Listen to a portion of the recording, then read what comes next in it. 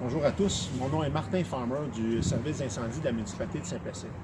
On vous propose aujourd'hui une petite vidéo qui démontre comment faire pour bloquer vos ouvertures de résidence s'il y a des inondations avec du contreplaqué et du scellant amovible de type ZIP.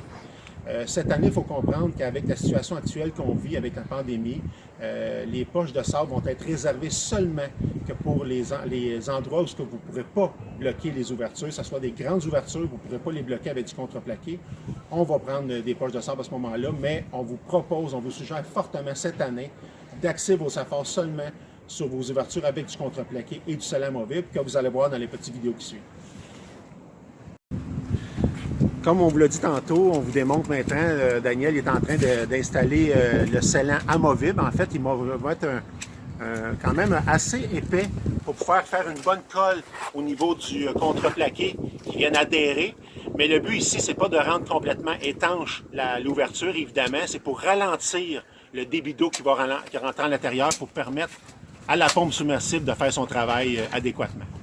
Donc, on a évidemment coupé à l'avance le contreplaqué et Daniel nous démontre présentement qu'il va glisser dans le cadrage de l'ouverture de la porte et ainsi rendre celle-ci beaucoup plus difficile d'accès. Dans le deuxième extrait, Daniel nous démontre qu'il met son scellant avant sur le cadrage de la fenêtre. Tout ça pour vous éviter de percer avec des vis, soit le cadrage ou le béton. Préalablement, on a coupé notre contreplaqué de la bonne dimension. Daniel vient coller son contreplaqué sur la fenêtre, puis pour le tenir en place, il prend un 2x3, tout simplement avec une poche de sable pour le maintenir en place. Et il va terminer par la suite en remettant encore une bonne couche de scellant amovible tout le tour du contreplaqué pour rendre évidemment celle-ci le plus étanche possible, même si on veut diminuer la vitesse de l'eau qui rentre dans l'intérieur de la maison. Pour ce qui est d'une ouverture telle qu'une porte patio comme on voit présentement, Daniel utilise la même méthode. Il va appliquer du silicone amovible de type ZIP sur le côté ainsi que par terre pour créer une étanchéité le plus possible. Et Daniel va venir déposer tout simplement sa feuille de contreplaqué sur la porte patio, sur le cadrage et sur le par terre en fait, où ce qui a appliqué son silicone.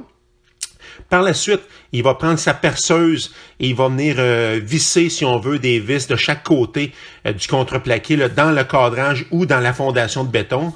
Et évidemment, il va sceller le tout avec son scellant amovible de type ZIP pour tout le pourtour de la feuille de contreplaqué, autant sur les côtés que par terre.